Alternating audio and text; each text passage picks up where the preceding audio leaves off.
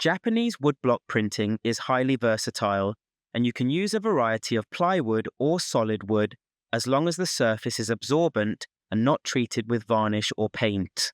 You may also find it labelled as Japanese ply or Asian ply. It has a consistent surface and resists warping or cracking. The wood is soft and smooth, making it easy to carve, and it won't show a visible grain when printed. If desired, you can stain the wood to enhance the visibility of your carving lines.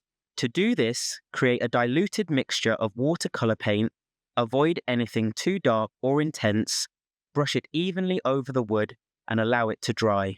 Both sides of the sheet can be used for carving, as they are identical and ready for use. Before printing, rinse the block gently with water to prevent any chance of the stain affecting your ink colours. I dampen the block thoroughly with water and let it soak for several minutes. The block must be damp whenever I am printing. The act of printing keeps it in a perfectly damp condition, but if I take a break, I may need to redampen the block before printing again.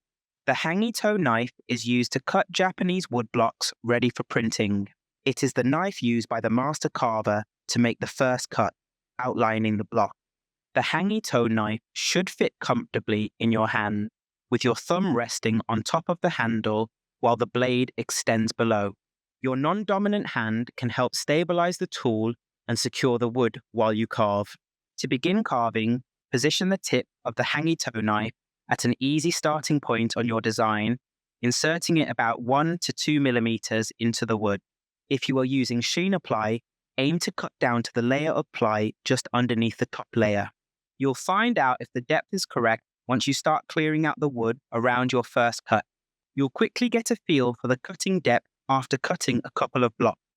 Don't go too deep, especially when you are using both sides of the block. It is not necessary to cut beyond 2 millimeters deep. When cutting with my Hangi-to, I make sure to cut in the right direction to create clean woodblock cuts.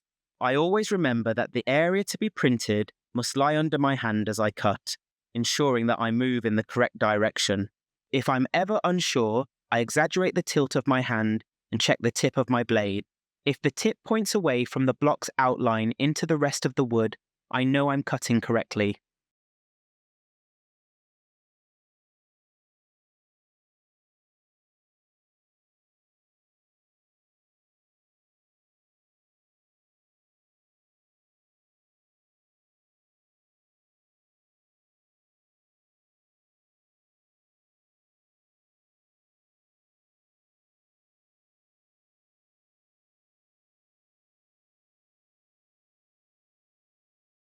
In addition to the Hangi-to, you will need tools for clearing out the wood around your block. Your gouges and chisels are held with the handle in the palm and the forefinger running down towards the blade.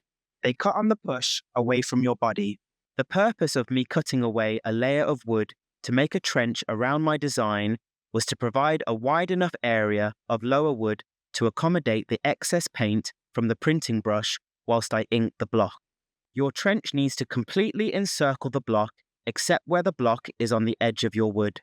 When I was starting out, I found it better to make my trench too wide rather than too narrow. If my trench was too narrow, I would struggle to control the ink and end up wasting time adjusting my brush. Using a smaller brush might seem like a solution, but I'd end up cleaning it frequently, which would slow down the process.